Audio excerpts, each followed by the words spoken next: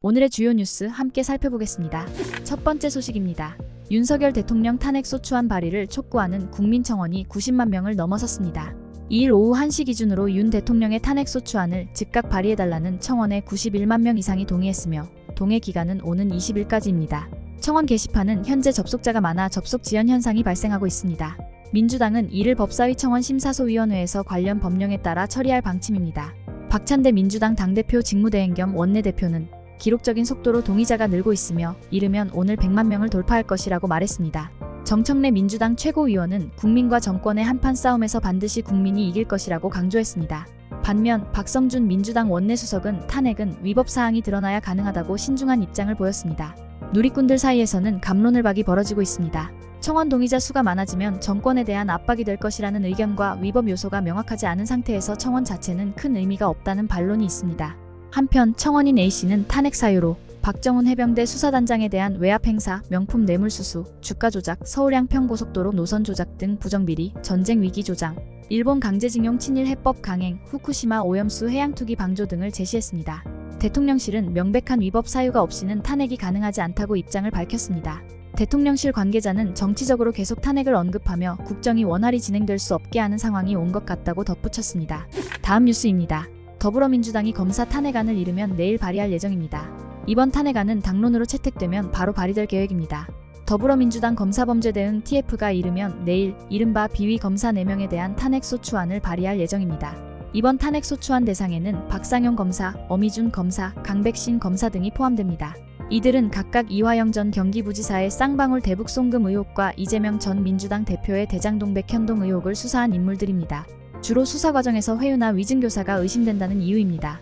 이재명 전 더불어민주당 대표는 지난 5월 검사들의 범죄 행위에 대해서는 우리 일반 시민들의 범죄보다 훨씬 더 강하게 조사하고 처벌해야 된다며 강력한 대응을 촉구했습니다. 민주당은 내일 의원총회를 열어 검사 탄핵안을 당론으로 추진할지 논의할 계획입니다. 당론으로 확정될 경우 탄핵안을 발의하고 내일부터 시작되는 대정부질문 기간 내에 보고할 예정입니다. 하지만 곧바로 표결에 들어가지 않고 법사위의 대상자들을 불러 릴레이로 조사하는 방안이 유력하게 검토되고 있습니다. 민주당 핵심 관계자는 검사들의 비위 사건이 각각 다르기 때문에 매주 한 명씩 따로 불러내 조사해야 하지 않겠냐고 밝혔습니다.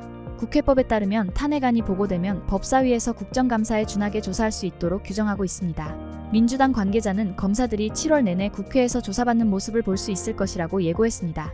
다음 뉴스입니다. 김홍일 방송통신위원장이 2일 사퇴할 예정입니다.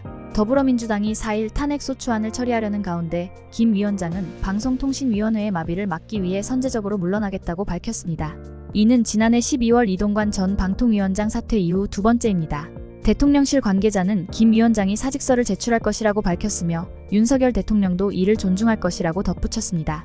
김 위원장의 사퇴는 MBC 대주주인 방송문화진흥회 등 공영방송 이사진 교체 작업과 관련이 있습니다. 방통위는 최근 박문진 이사진 선임 계획안을 심의 의결했지만 김 위원장이 사퇴하면 의결 절차가 중단될 수 있습니다. 방통위 계획대로 여당 추천 인사가 다수를 차지하면 MBC 경영진 교체가 가능해집니다. 민주당은 이를 저지하기 위해 탄핵 소추안을 발의했으며 이는 2일 본회의에 보고될 예정입니다. 김 위원장이 탄핵 소추되면 박문진 이사 교체의 차질이 예상됩니다. 대통령실은 김 위원장 사퇴 후 바로 후임 방통위원장을 지명할 계획입니다. 신임 방통위원장이 취임할 때까지 의결 절차는 진행이 불가능해 차질이 빚어질 수 있습니다. 정부는 MBC의 불공정 방송에 대한 책임을 물어 사장 교체를 검토할 수도 있다고 밝혔습니다. 다음 뉴스입니다. 일본 최대 IT 기업 라인야후가 네이버와의 자본 관계를 재검토하고 있다고 밝혔습니다. 라인야후는 1일 일본 총무성에 제출한 보고서에서 모회사 A홀딩스의 자본 관계 재검토를 소프트뱅크와 네이버에 의뢰했다고 전했습니다. 네이버는 2019년 소프트뱅크와 협의해 라인과 야후재팬을 합병하고 2021년 A홀딩스를 설립했습니다. A홀딩스의 지분은 네이버와 소프트뱅크가 각각 50%씩 보유하고 있으며 라인야후의 최대 주주입니다. 그러나 네이버의 일부 지분이 소프트뱅크로 넘어가면 네이버는 경영권을 상실하게 됩니다. 2023년 11월 라인에서 51만 9천 건의 개인정보 유출 사고가 발생해 일본 총무성은 네이버의 관리 미흡을 지적하며 라인야후의 지분관계 재검토를 요청했습니다. 이에 따라 라인야후는 네이버와의 자본관계를 논의 중이며 시스템 분리를 2026년 3월로 앞당길 계획입니다. 또한 네이버에 대한 업무 위탁도 내년까지 종료할 방침입니다. 라인야후 주주총회에서는 신중호 최고 제품 책임자를 이사회에서 제외하기로 결정되었으며 이사회는 전원 일본인으로 구성되었습니다. 또한 라인페이의 일본 내 서비스를 종료하고 소프트뱅크의 페이페이의 통합을 추진하고 있습니다. 네이버의 영향력은 점차 줄어들고 있으며 라인 야후의 네이버 지우기가 본격화되고 있다는 우려가 제기되고 있습니다. 다음은 서울 도심에서 발생한 충격적인 사고 소식입니다. 어젯밤 도심 인도로 돌진한 차량으로 인해 9명이 사망하고 4명이 부상당했습니다.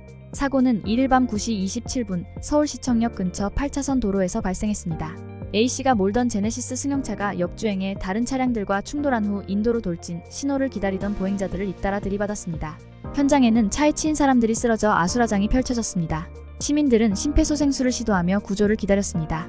김춘수 중부소방서 소방행정과장은 차 2대를 치고 인도로 돌진한 것으로 파악된다고 밝혔습니다.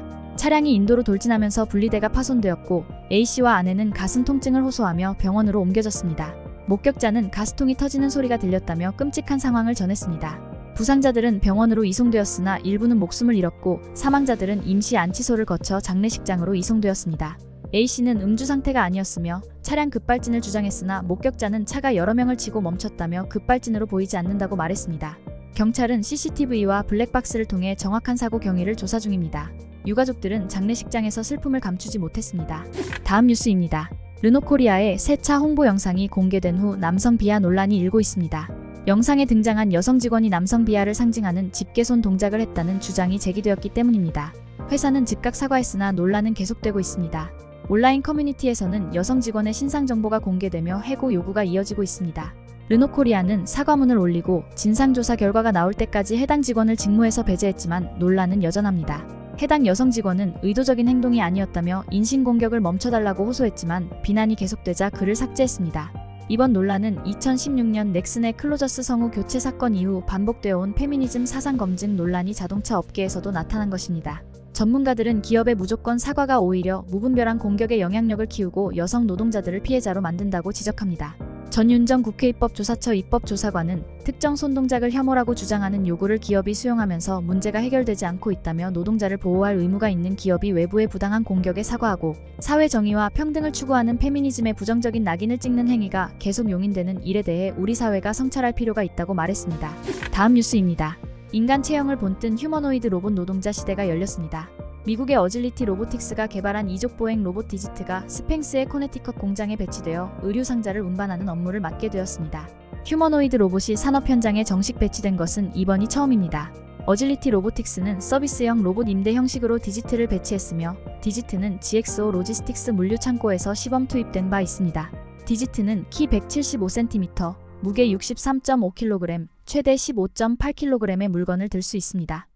어질리티 로보틱스의 패기 존슨 최고 경영자는 디지트가 고객사에 배치되어 매출을 올리는 첫 휴머노이드 로봇이라며 자부심을 드러냈습니다. GXO의 에이드리언 스토크 최고 자동화 책임자는 디지트는 물류센터에서 직원들과 함께 일할 수 있는 완벽한 추가 노동력이라고 평가했습니다.